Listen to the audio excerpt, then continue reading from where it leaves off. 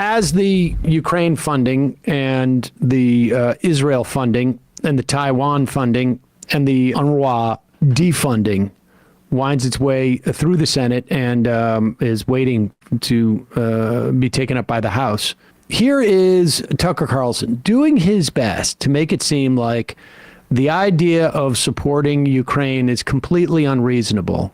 And if we just approached Putin with a reasonable notion of how to negotiate, then everything would be fine. But this is really the moment in the interview where it becomes clear that Tucker Carlson is barking up the wrong tree. And I think inadvertently makes the argument for funding Ukraine, which is that Putin is only interested in a completely wiped out Ukraine before he'll start to negotiate. And here he is more or less saying that. But from the outside, it seems like this could devolve or evolve into something that brings the entire world into conflict and could initiate a nuclear launch. And so why don't you just call Biden and say, let's work this out? What's there to work out? It's very simple. I repeat. We have contacts through various agencies. I will tell you what we are saying on this matter and what we are conveying to the U.S. leadership. If you really want to stop fighting, you need to stop supplying weapons. It will be over within a few weeks. That's it. And then we can agree on some terms. Before you do that, stop. What's easier? Why would I call him? What should I talk to him about? Or beg him for what? And what messages do you get back? You're going to deliver such and such weapons to Ukraine?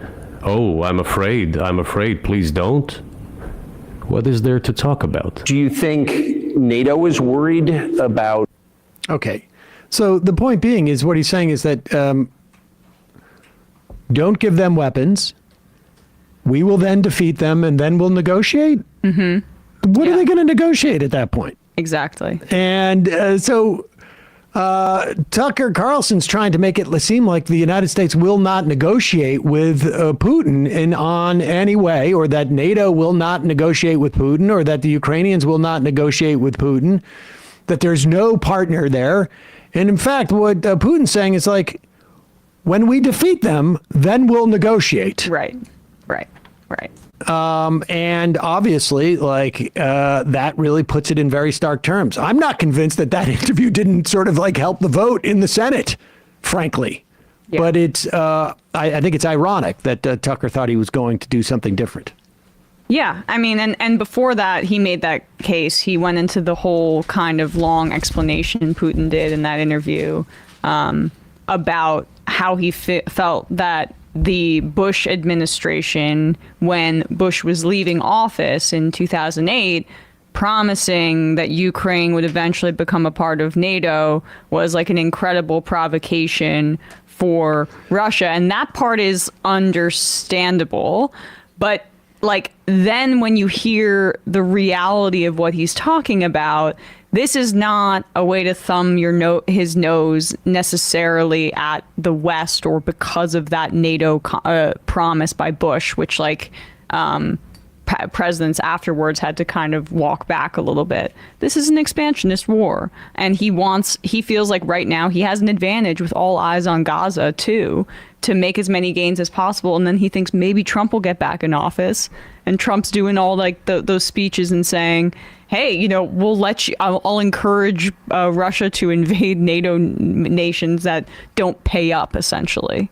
So yeah, Carl Bayer in his newsletter had I think a good summary. It makes perfect sense from a bargaining perspective for Russia to maintain a posture of passive complacency. It can probably defend its current military position indefinitely, and if nothing changes, then it will by default have achieved its most important strategic objective, securing a land bridge to Crimea. For now, at least, its economy is strong, and the war hasn't created any significant civil unrest. Ukraine, meanwhile, has resorted to mass conscription and is facing a cratering economy, wavering international support, and inevitable political turmoil if the status quo doesn't eventually change. Russia can wait, even if it can't. It should pretend like it can. Still, it was a dark moment watching Putin spell out the end game. He should pick up the phone and negotiate an end to this war, not because he has to, not because that would give him the biggest payoff, not because NATO or Ukraine are above reproach, and not even because this is his invasion. He should end the war because he can. He should take the initiative, and Zelensky and Biden should too. Imagine a lot of war hawks in the West watched this interview and saw in Putin's words the bluff of a man who is running out of time. I have to admit, if he's bluffing, he's extremely good at it, because I really don't think he is. And who is that? That's Carl Bayer of Jacobin. Yeah, I think, that's a good point. I have no idea if he's bluffing or not. But the